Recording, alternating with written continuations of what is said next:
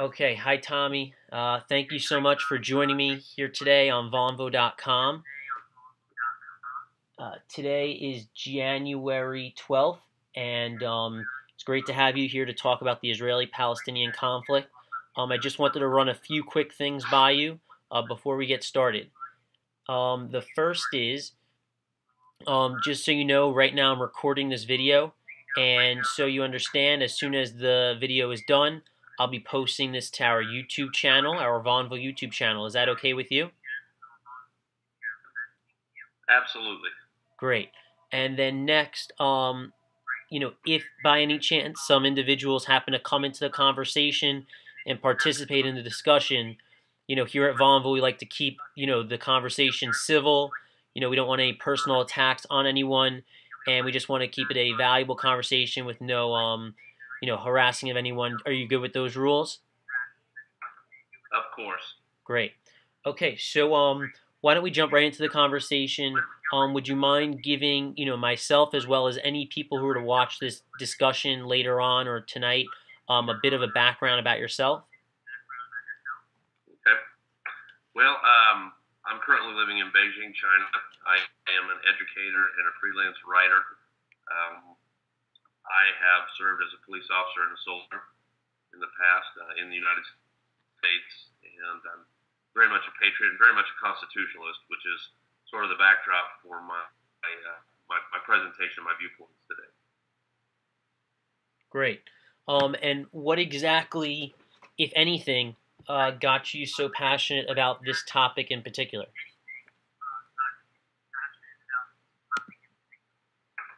Well, I think my passion for this topic, my patriotism in general, I think this issue is a symptom of a larger pathology that we as a nation are undergoing, that we're experiencing right now. Right. So would you mind, let's elaborate on that a bit. I mean, you were saying before that you had a unique, kind of constitutionalized perspective, and I'm assuming that relates directly to like American roots. Can you elaborate a bit on that? Well, sure. As I stated, I'm a constitutionalist. I'm a big believer in the United States Constitution. For those of your viewers, American citizens, and are familiar with the subject, or maybe you have some foreign friends, some non-U.S. Viewers, the Constitution is the backdrop for the entire structure of our country, and we as a nation have gotten really far from that structure, very far from the intent and from the language of that document as it's laid out. And I think that's a root cause of a great many of our problems. And I believe the Israeli-Palestinian conflict is, as I said, an outgrowth of that. So my perspective on the conflict is basically in a nutshell that we don't have a dog in that fight.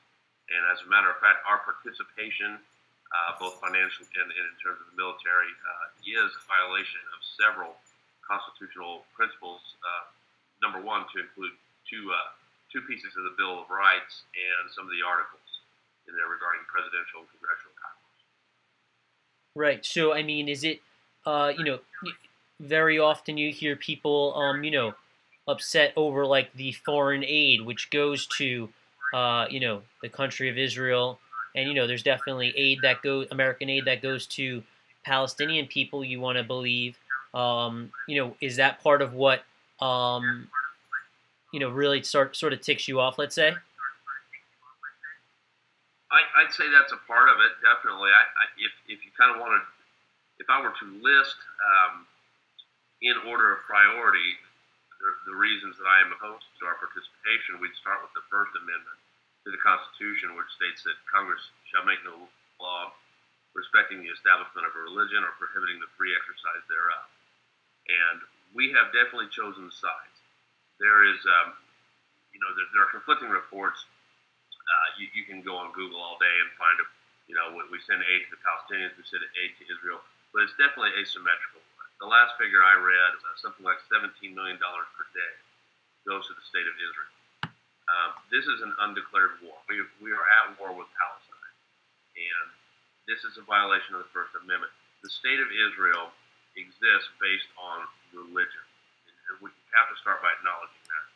This is not a situation where oppressed people were recently driven from an area and we're on a peacekeeping mission. This is based on religion. The United States, by and large, is populated with Christians who sympathize with the plight of the Israelis, and so we've chosen to play favorites with them based on religion. Right, and so in terms of like an undeclared war, basically, what's up, Tommy? This is my friend Jordan, and actually, I think he might actually enjoy listening on this discussion. Hi, Jordan. Good morning to you. Or evening where you are.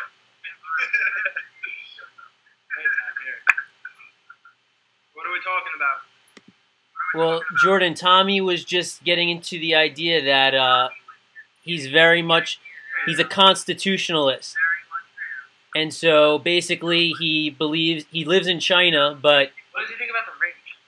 but he's very much in favor of the U.S. Constitution, and he thinks that there's many violations that we come into, counter with by supporting Israel and sending over millions of dollars in foreign aid.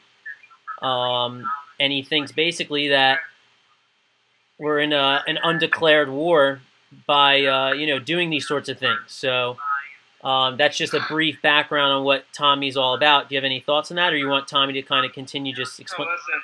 We're just going to listen. All right. All right.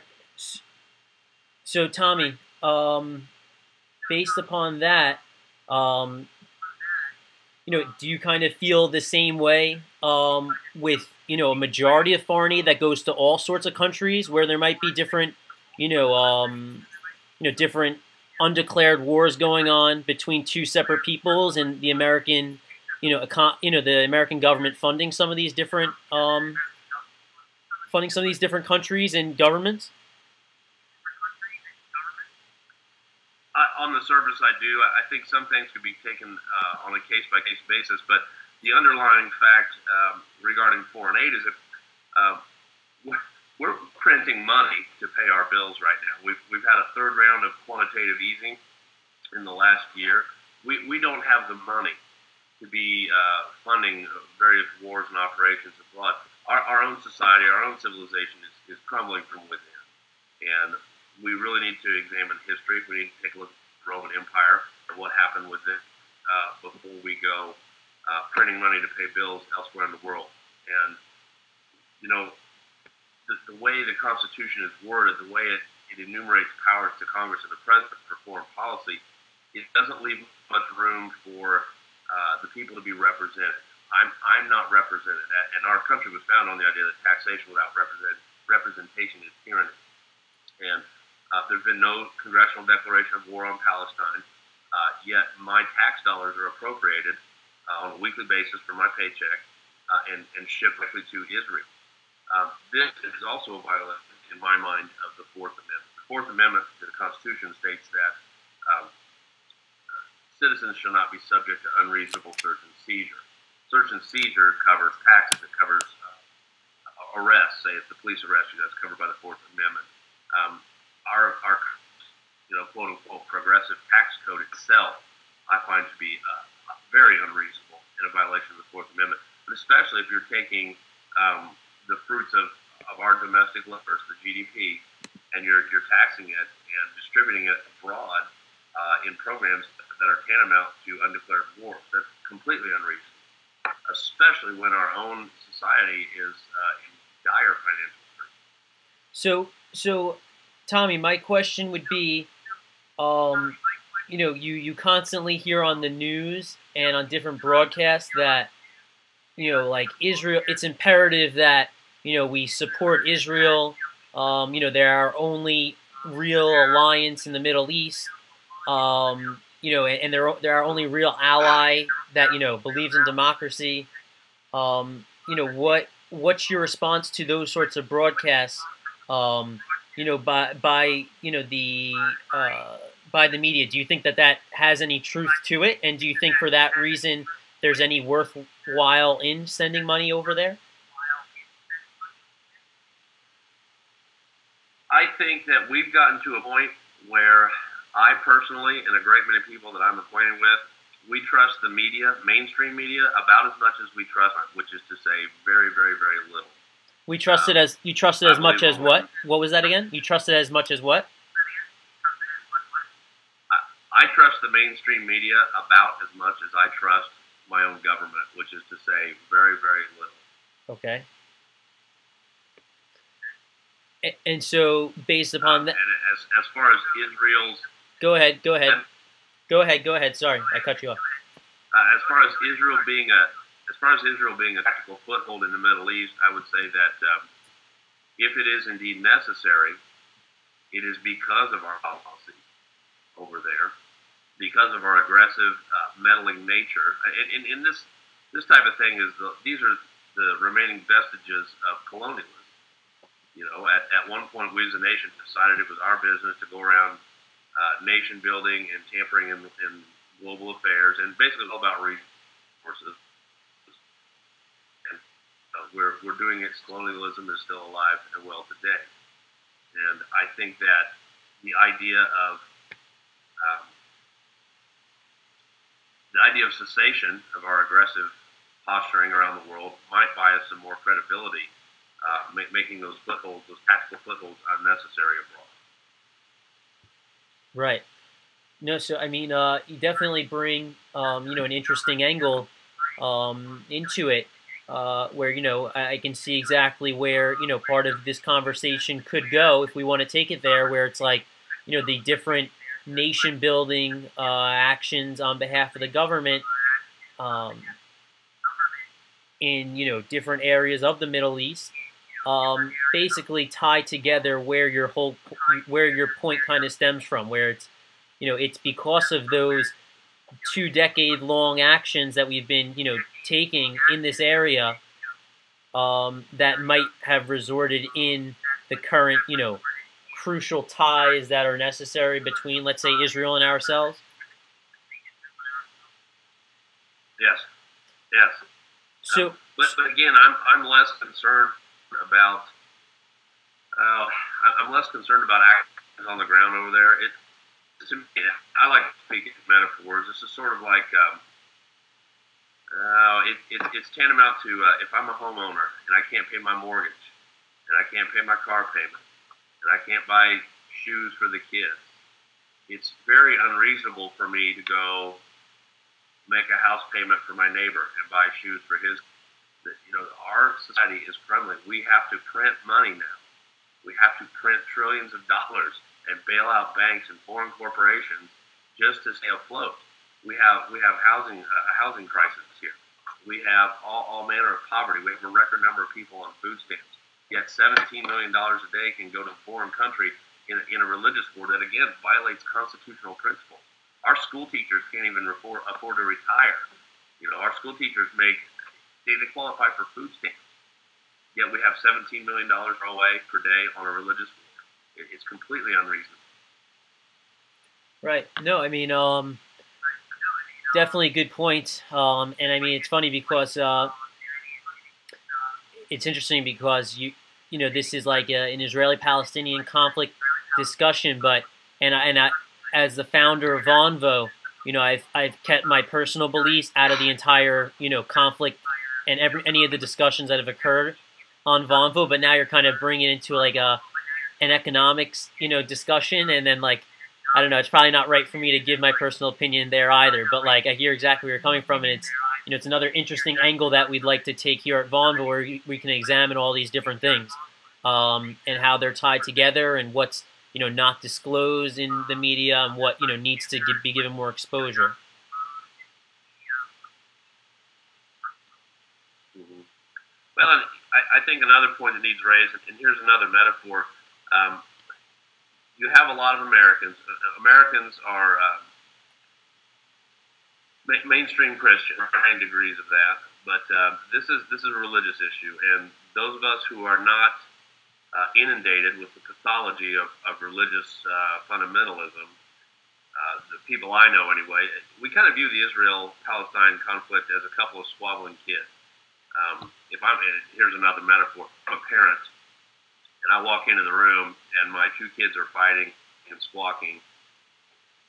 I don't spend hours investigating the whys and wheres and whats of why they're fighting. I tell them to shut up. I stick them in the corner. I do whatever. Israel and Palestine. This is a squabble that's been going on for millennia. This is documented in the Bible. The Israelites and the Palestinian conflict, and quite frankly, a lot of people that I know, myself, we're sick and tired of it. It shouldn't be costing us money. It shouldn't be a constant worry about war and conflict and nukes and things like that in the Middle East. People need to shut up. And this is a very good example of what religion does to humanity. Religion fogs perspective. Religion creates conflict and divisiveness. These are really the same people. They're Semitic peoples. They're two different tribes that historically have occupied the same region. There's no need for them to be in conflict. But religion has entered the equation, and now there's hatred and division and murder and war. And it is a very poignant thorn in the side of humanity. It's an example of how we need to evolve collectively and get past the stupidity of religion. And I'm not bashing people for having beliefs. I have my own spiritual beliefs. I don't declare war on people. I'm Scots-Irish by ancestry. I haven't demanded that Scotland create a homeland for me and gone to war with the people that live over there because I'm a pagan who believes in the pre-Christian religions of the British Isles. It's just patently ridiculous what's going on over there. Right. So I mean, just turning it back into discussion on Israel-Palestine. And by the way, I'd love to then find out what solutions you think should come by that with that last statement what you've been saying before. But what I'd ask you now is, do you think it is ridiculous on the behalf of Palestinians that, similar to that metaphor you just made with Scotland, that Palestinians currently, are insisting on, their homeland being recreated? What's your personal opinion on that, just because we're in an Israel-Palestine discussion? Are you what I've heard called the right to return? Is that what you're asking me about, the right to return? Basically, yeah, I would say that's what I'm kind of, inferring, yeah. Well, here's my stance on that. I don't have any opposition to any individual or group of people who want to live free, without oppression, and with the right to self-determination. My stance, however, is that this is not my fight. This is not my business. As an American taxpayer, I'm not even going to see my Social Security. The actions of our government are criminal in nature. It's not my business. We're going to take the cause of freedom and the right to return. We need to start with Native Americans in our own country. If the United States is so concerned about dispossessed people being returned to their former lands, then we need to move to some sort of isolated colony and give the North American continent back to the American Indians. But again, we're not going to do that because the United States government is so hypocritical. This is a religious issue. And I hope I haven't strayed off topic with your question. But again, if we're going to take up the mantle of freedom, we need to be uniform about it. No. I mean, I don't think it's necessarily, going off topic. I think it's funny. You said that you were kind of going to bring a different angle to the conflict, and I see exactly where you were coming from before we began. And I think it does apply because it's just a new angle that has yet to be actually really brought up by any of the Americans that have come on, to Vonvo and discuss this. It's been really a lot of back and forth on the history of the conflict, but no one's really taken like a present day stance and said like, how is this just overall affecting, the entire world, right? Like how is this trickling down into other really, really important other conflicts in the world and other issues in the world. Well, I'm glad you appreciate the perspective, and again, maybe I'll cap everything off here and just say that we as Americans need to return to constitutional values. And I would encourage interviewers who are in perspective to read the First Amendment to the Constitution, the Fourth Amendment, the 16th Amendment, and Article 1, Section 8. The first and the fourth are in the Bill of Rights. The first pertains to religion, as we discussed. The Fourth Amendment pertains to unreasonable search and seizure, which, as I said, something we need to consider when it comes to taxation. The 16th Amendment is the amendment to the Constitution that gave, I think it was in 1913, it gave the United States government the power to enact a federal income tax. Right? That's the source of this money that we're sending to Israel in violation of the First Amendment. Article 1, Section 8 enumerates the powers given to the President and Congress regarding foreign policy, trade, commerce. If you read that, you'll see that those powers, according to the original language, they're very limited. They do not include the scope of links that our government goes to abroad right now. So if you read those four items and do some research, I think it'll be clear to any thinking person that we are very much in violation of the United States Constitution. Right. So, Tommy, I mean, and I see we have a few people have joined the room, which is good to listen in on our conversation. So, if they have any questions, they can either jump right in or they can submit them inside the text chat if you see that below where our faces are. What I was going to ask then is, so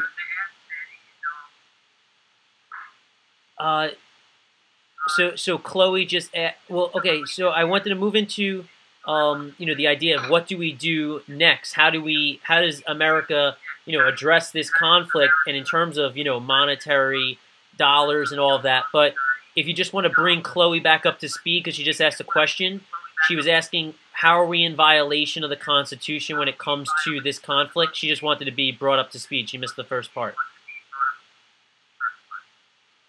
Okay. Looks like I'm creating an echo. I'm going to lower my speaker volume here. And I hope I can still hear you. Say something real quick, Max. Do you hear me okay right now?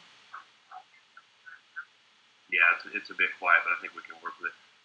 Chloe, what we were discussing is the relevant portions of the Constitution in which our foreign policy, especially with this aid to Israel, is in violation. Number one is the First Amendment to the Constitution, the Bill of Rights, which states that Congress shall make no law respecting the establishment of religion. We have taken a side in the Israel-Palestinian conflict. We provide $17 million a day to the state of Israel. Israel is conducting basically a war. So we're in a state of undeclared war, and we're financing it. And basically the American government, and this is something that is a little off topic, but it's a broader topic, we engage in behaviors, or our government engages in behaviors that would be criminal if they were done on the part of a citizen. If I pay Max to go kill somebody, I will be tried and convicted as accomplice to murder. However, we pay Israel to conduct a military operation against Palestine, in which will die, to include children, and yet that's not considered murder. And this standard of criminality needs to be applied to all manner of behaviors on the part of our government, to include printing money. I can't print my own money to pay my bills. However, the government does it. And this was brought up earlier. We're printing money right now just to stay afloat, go abroad. The other areas in the Constitution will be the Fourth Amendment, which it prohibits unreasonable search and seizure. The current progressive tax code is most definitely unreasonable. The unreasonableness is exacerbated by the fact, again, financially we're not even afloat. We can't pay our own bills, let alone subsidize a foreign war or occupation. The 16th Amendment is what allowed the federal government to enact federal income tax, and then the Article 1, Section 8 portion of the Constitution is where the powers are enumerated to the President and Congress to declare war, to act in areas of foreign policy and commerce. And if you read those, it was just recently saying our government has taken that ball and run with it. They've really gone beyond the scope of the constitutional provisions. Anyway, I hope that brings you up to speed and helps answer your question. Right. And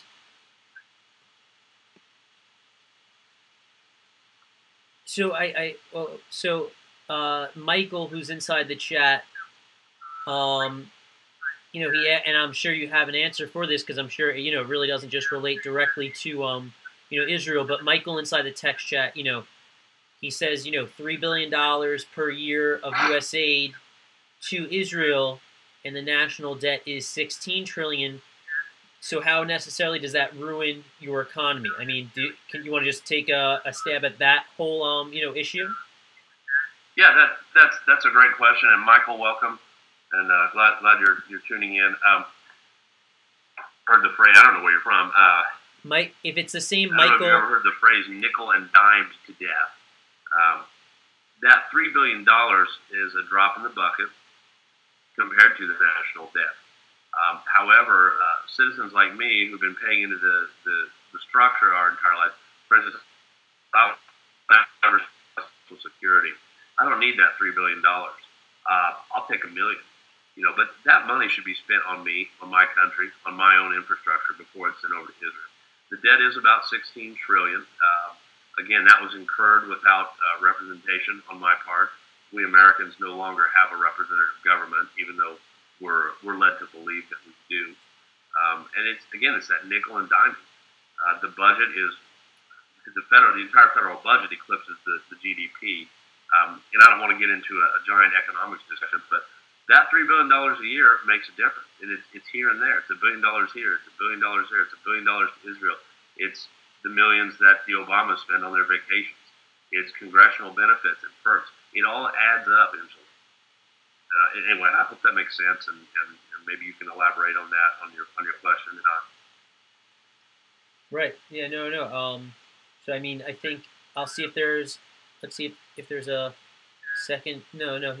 Well, I think what's interesting is that if it's the same Michael who has been on Vonvo in the past, he's from Israel, and he writes in a text chat, by the way, I hope the aid stops. We don't need that. So I want to think that he is from Israel. Is there a direct cause of where the funding comes from, and for what reason? I mean, is it are we taking it upon our own behalf these days, Tommy, to just hand out this money? Is there a particular, you want to just dive into what the root causes still to date are why we continue to do this when we're in so much debt? Well, I think it's that religious bias, and it is our colonialism, our sense of colonialism, our sense of American hegemony abroad. The American government, anyway, feels like it is elite. It has the right to tamper abroad while it's crumbling from within. The hypocrisy of our government has no boundaries. It's amazing to me. I'm not sure at this moment where and how the language is couched when it comes to the particular earmarks for Israel, aid to Israel. I can do some research on that. But again, the money's going from us to them, and it needs to stop. It's ridiculous. And I'm glad to hear an Israeli say that he doesn't feel that they need the aid. That's encouraging to me. Yeah, and he actually just repeated it again. He said, I want the aid to stop. So personally, well, Chloe has a quick question that she asked. She just wants to get an understanding from you of how, what's your interpretation of how Israel came to be, just out of curiosity. I guess she wants to just know your personal, feelings towards Israel, maybe a bit. Sure. As I understand it, Israel became an official nation state through a 1948 United Nations resolution establishing it as such. Right. And you're fine with that, whole process and really how that went down? Do you have any personal feelings about how about that UN resolution, or not really? My personal feeling, once again, my government makes decisions that affect me, in which I have absolutely no say, no representation, and which are in violation of the United States Constitution. I see Michael has asked about foreign aid for other groups. Yes, Michael, I do. I do feel that those foreign aid packages need to be stopped or mitigated in some way. Again, this is tantamount to me making my neighbor's house payment and car payment and buying his children when I can't pay my own house payment, when I can't feed my kids. We don't have the resources right now. In a humanitarian sense, I want everybody in the entire world to be at peace. I want them all to have a dry house to sleep in. I want their kids to be fed. But we have to be realistic, and we have to look at the fact that, again, we're printing trillions of dollars, printing just to stay afloat. We're engaging criminal practice, financially criminal practice, just to keep our economy from collapsing. So at a time like this, no, we don't need to be aiding countries that hate us or that are separated by an oath. The whole United States stance on foreign policy always seems to ignore the fact we have two oceans separating us from most of these other countries in which people claim we need to have a tactical foothold. Right. And so I guess, going into then, solutions. I mean, ultimately, does the idea of, some of what you've said, kind of ties into the idea of what's called American exceptionalism, right? I mean, that's what you hear very often, right? I do, yes. So, I mean, do you think that concept as a whole needs to be toned down because of particular conflicts like this that are just dragging us, further and further into deeper, conflicts? Is that idea old at this point, in your opinion? Because just to throw out there, just quickly, just to throw out there, you're older than I am, so you probably lived through, some pretty prominent American years where, that whole idea of American exceptionalism made a lot of sense to many Americans, right? Sure. I would say if we're going to examine the phrase American exceptionalism, let's embrace American exceptionalism in the form of education, in the form of research and development, in the form of us leading the entire world in innovation, in the field of sustainability. Exceptionalism is not going to come about as a result of war and foreign policy. Exceptionalism is going to come about as a result of us Americans being exceptional. To get back to our society, it's crumbling. We have a record number of people on food stamps right now. We have obesity rates increasing, especially amongst children. We have children and adults walking around like zombies because they're on psychotropic medicines. We have a decline in test scores, a decline in American. We are in a steady state of decline, and if we want to be exceptional, let's take these $17 billion a day, or 17 or $3 billion a year, whichever figure you look at. Let's pump that into our own infrastructure. Let's lead by example. Let's be exceptional domestically before we start going out abroad and tampering with other people. Right. So how do you think, if let's say, and I mean, I'm not necessarily saying I want to go into what your solutions would be, but let's just say America, pulled the plug on foreign aid tomorrow. I mean, what do you think the effects of doing that would be? And you want to just go into solutions from there of how to, correct this? I think the only thing we need to worry about, the only flaw, per se, in my stance, is that we have to deal with nations that are nuclear capable. And I to be quite honest, I'm still on the fence about it. I don't think we need to be messing around in Pakistan or Afghanistan. Those guys aren't coming over here. They're not crossing the southern border. They're not crossing the northern border.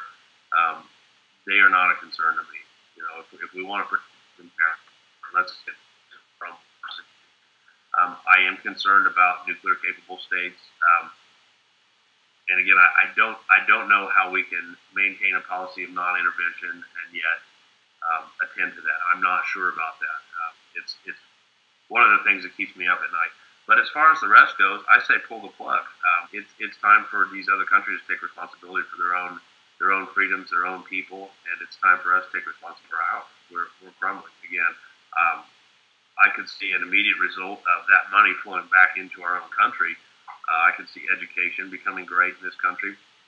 I could see our infrastructure being rebuilt and updated. We have bridges that are unsafe for semis to cross because they're 50 years old. We have all kinds of needs to attend to domestically. Right. No, I mean, I think you bring up some great points. I guess what I would ask next is, and I'm sorry once again. Next time for sure we will definitely have you paired up with another speaker who can bounce certain ideas off of you. But thankfully we had some people inside our text chat to ask you some questions, which is good interaction.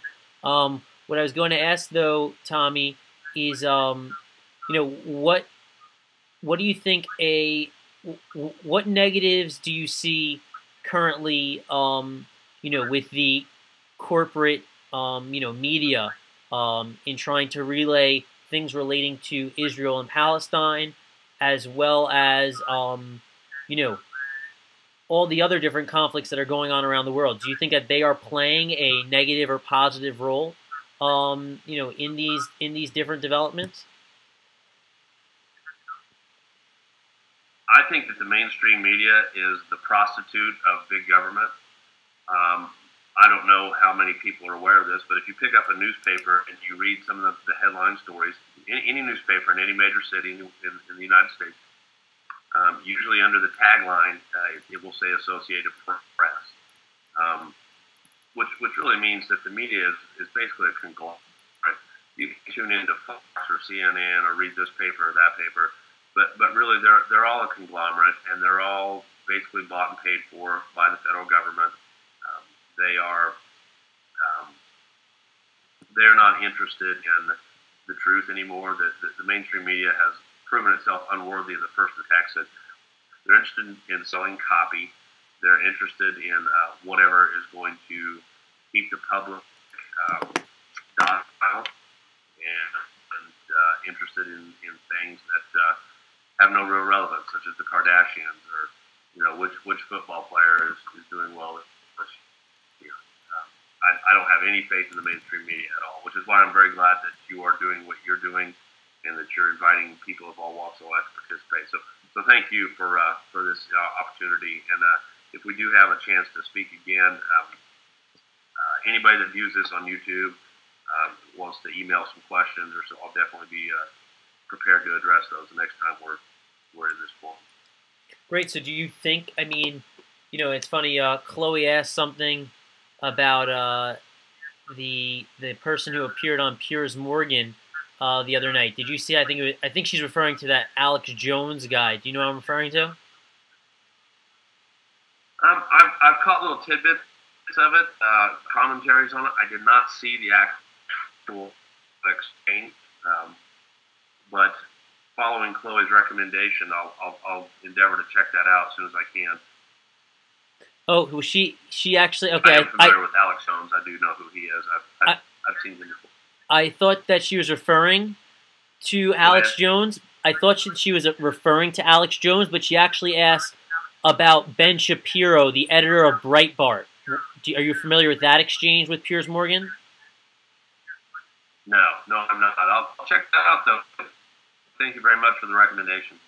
All right, great. Chloe, maybe if you want to just put the link inside the text chat, and then Tommy can copy and paste it from here, that'd be great. So Tommy, I guess the last question would be ultimately, when it comes to a platform like Vonvo and all the different developments that are occurring throughout the world, and in terms of trying to fix, an American, the country, in terms of fixing the American government and the way people are represented. I mean, do you ultimately think that it is up to citizens to be talking with one another? And do you think, in the sense that when we had Israelis and Palestinians talking to one another here on Vonvo, just an hour or two ago, I mean, do you ultimately think that it is a lot better to put these sorts of conflicts in citizens' hands to be talking through? Oh, absolutely. And I think what you're describing is part of a movement that I hope, sincerely, passionately hope gains a foothold in the United States, and that is one of individual empowerment. It's time for Americans to stop relying on the government, relying on the mainstream media, stop relying on anyone but themselves. We, as a people, need to get back to our roots. Getting back to the constitutional angle here, we as a people need to get back to that spirit of 1776. We need to get back to rugged individualism. We need to get back to a sense of personal accountability, lose our sense of entitlement, lose our sense of dependency, and be the change that we want to see in the world. And I agree, yes, this, like what you have going on here with Vonvo, that is a great manifestation of that. And I would much rather rely on information that I hear from an Israeli or Palestinian on your show, then I'd much rather rely on that than what I read in the mainstream media, in the newspaper, or see on Fox News or CNN. Great. Thank you for that. Chloe actually posted the link to that video in the text chat if you want to take a look at that quickly. So Tommy, how does this sound? And Michael actually said that if his video camera was working, he would have stepped in to join in on the discussion. So unfortunately that didn't work out. But Tommy, it was great speaking to you. We had a nice 42-minute conversation here. So we'll definitely plan to be in touch. And thank you for coming on Vonvo tonight. And we'll sort out the whole time zone change and make sure we have someone for you next time. Sure. Okay. And thank you. Well, you have a good day, and tell everyone in the United States I love them, and have a great weekend. Great. And yeah, if you're around tomorrow, there's going to be discussions going on throughout the day. So feel free to tune in. Okay. Take care, Max. All right. Bye-bye.